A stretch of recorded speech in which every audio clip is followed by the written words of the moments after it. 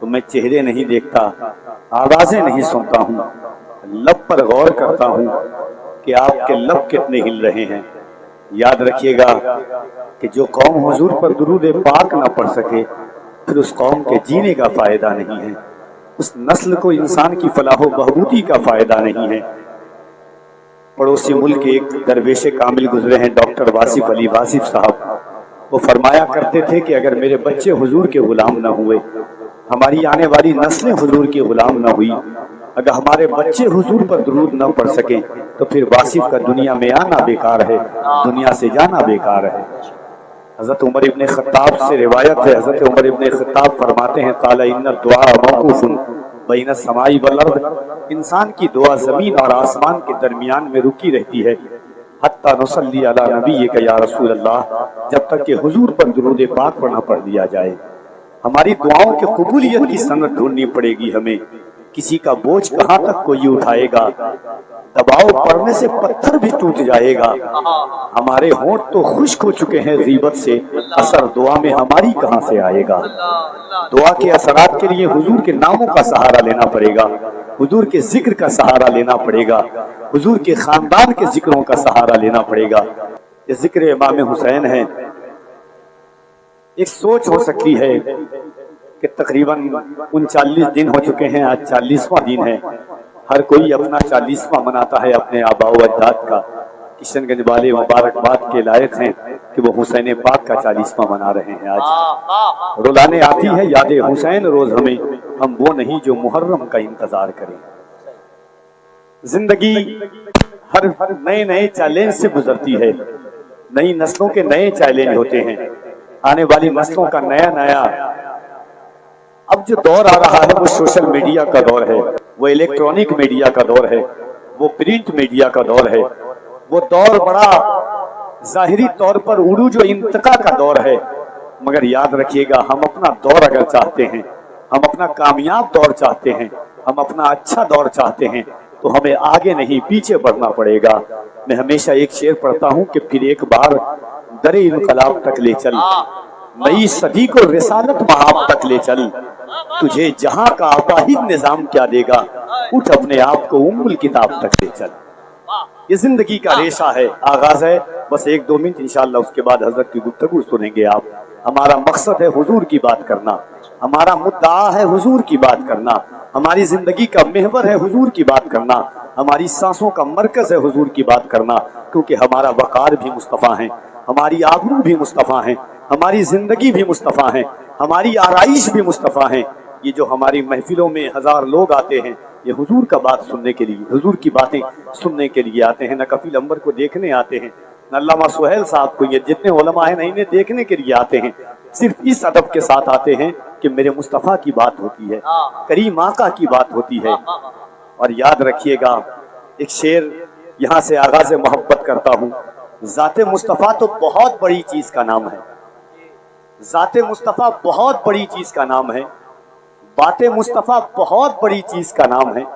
اگر صرف لعاب مصطفیٰ کو آپ ہماری نسلیں سمجھ لیں گی، آج کوئی کملیش تیواری اٹھتا ہے، کوئی نرسمہانند اٹھتا ہے، کوئی رام گیری اٹھتا ہے، جو چاہتا ہے حضور کی عظمتوں پر حملہ کرتا ہے، حضور کے ناموس پر حملہ کرتا ہے، حضور کے تقدس پہ حملہ کرتا ہے، حضور کی ذات پر حملہ کرتا ہے، حضور کے ذاتیات پہ حملہ کرتا ہے۔ ہماری نسلیں جب تک حضور کے غلام نہ ہوں گی پھر ہمارا جینا بیکار ہے۔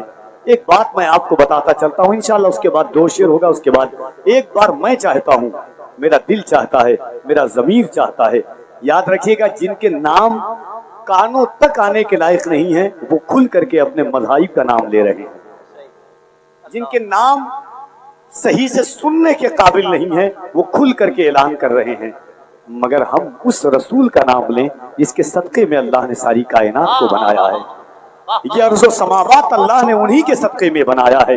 میرا 4 مصرع بہت مشہور ہے کہ جھکا کے سر کو عقیدت سے کام لیتے ہیں، نبی کا نام جب ان کے غلام لیتے ہیں، نصیب والوں کو ملتی ہے عشق کی دولت، نصیب والے محمد کا نام لیتے ہیں۔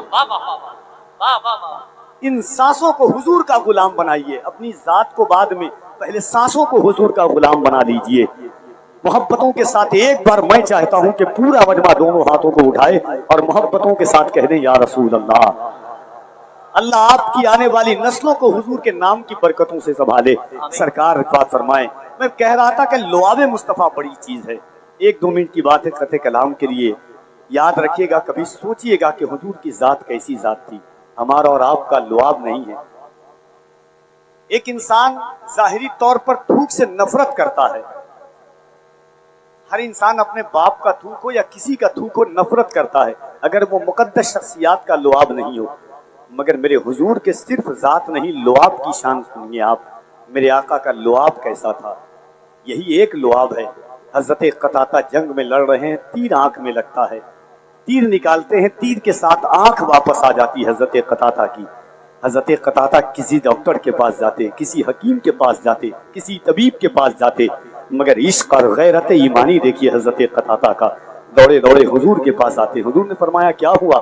حضرت قطادہ کہتے ہیں یا رسول اللہ میری آنکھ باہر آ گئی ہے. حضور نے کیا کیا؟ حضرت قطادہ کی آنکھ کو لیا, اپنا لعاب لگایا اور حضرت قطادہ کی آنکھ کو رکھ دیا. صحیح مسلم کی روایت ہے, حضرت قطادہ فرماتے ہیں جب سے پیدا ہوا تھا اس وقت سے لے کر کے وہ روشنی میسر نہیں آئی تھی جب حضور کا لعاب لگانے کے بعد روشنی میسر.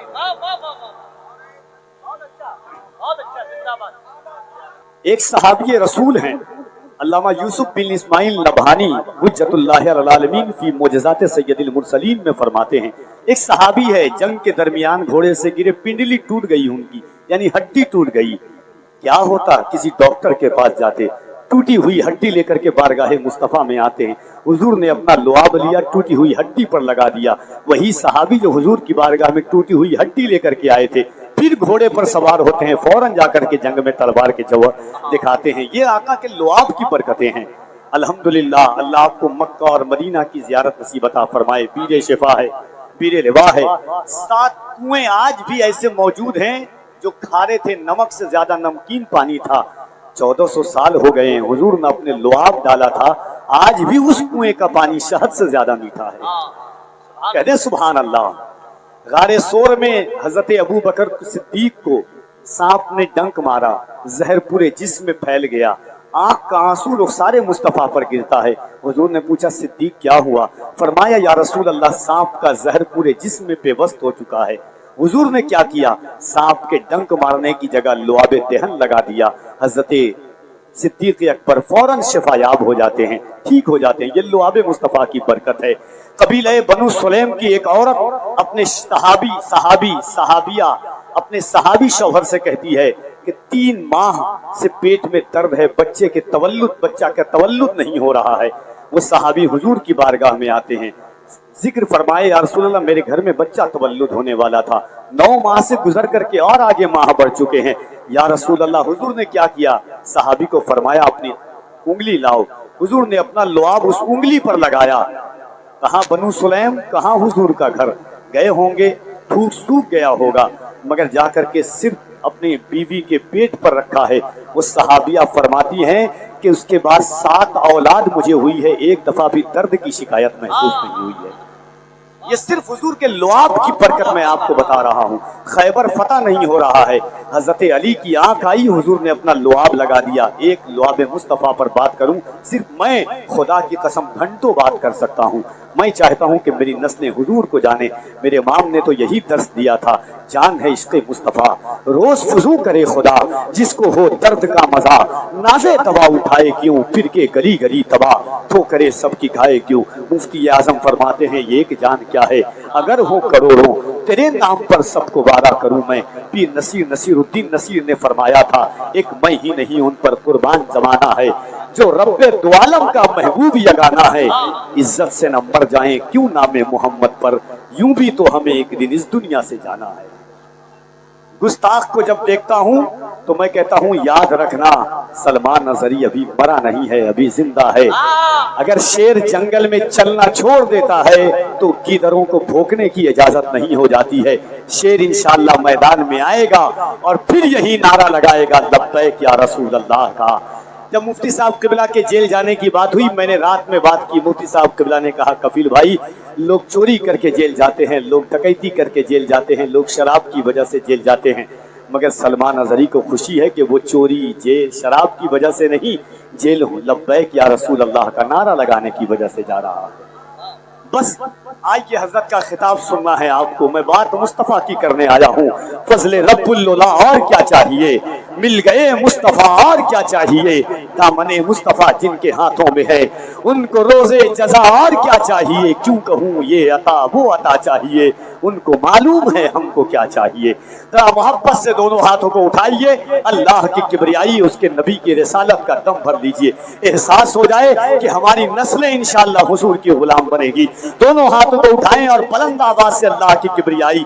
یہ مت سوچئے گا کوئی وی وی آئی پی نہیں ہوتا ہے, جو حضور کی محفل میں آ جائے وہی سب سے بڑا وی وی آئی پی ہے. دونوں ہاتھوں کو اٹھائیں محبتوں کے ساتھ. اگر غیرت ایمانی زندہ ہے تو ہاتھوں کو اٹھائیں اور اللہ کی نعرہ تکبیر. اور ذرا محبت سے مولوی جب جنوں نے عشق کی تاثیر لکھتے ہیں, ہر ایک اچھائی کو اسلام کی جاگیر لکھتے ہیں.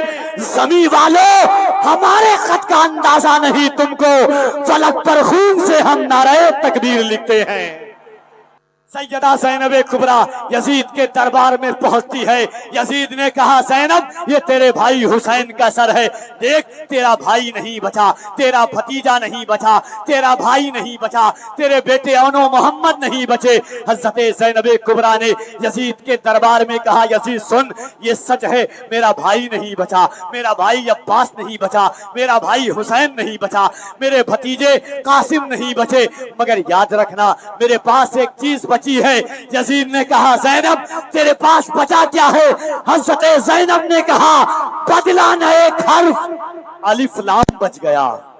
حضرت زینب نے کہا بدلا نہ ایک حرف, الف لام بچ گیا. اللہ اور رسول کا پیغام بچ گیا. دربار میں یزید کے زینب نے یہ کہا گھر لٹ گیا تو کیا ہوا, اسلام بچ گیا. دونوں ہاتھوں کو اٹھا کے کہہ دیں جو چاہتے ہو, جو چاہتے ہو. زمانے میں دبدبا رکھنا تو نام اپنے علاقے کا کربلا رکھنا. دونوں ہاتھوں کو اٹھا کے کہہ دیں یا حسین, یا حسین, یا حسین. نہ کوئی تسلی نہ دلاسا ہی کرے گا, سیراب میرے دین کو پیاسا ہی کرے گا. سرکار بولے گود میں لے کر حسین کو نانا کا کام پورا نواسا ہی کرے گا. سرکار بولے گود میں لے کر حسین کو نانا کا کام پورا نواسا ہی کرے گا. نعت کا یہ دو شعر کے ہے پیش نظر صدق کے شاہکار کا چہرہ.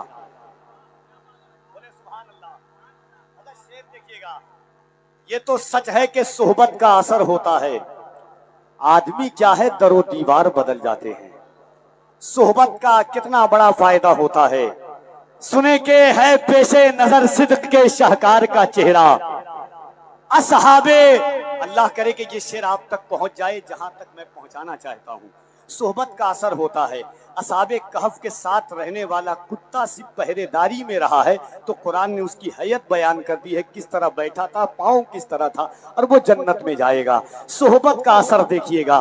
غار کو یاد کیجیے اور شعر علماء کے کرام کی سماعتوں کے حوالے کہ ہے پیش نظر صدق کے شاہکار کا چہرہ, اصحاب پیمبر کے علمدار کا چہرہ. قربت کا یہ اعجاز تھا جب غار سے نکلے, تھا یار کے چہرے کی طرح یار کا چہرہ.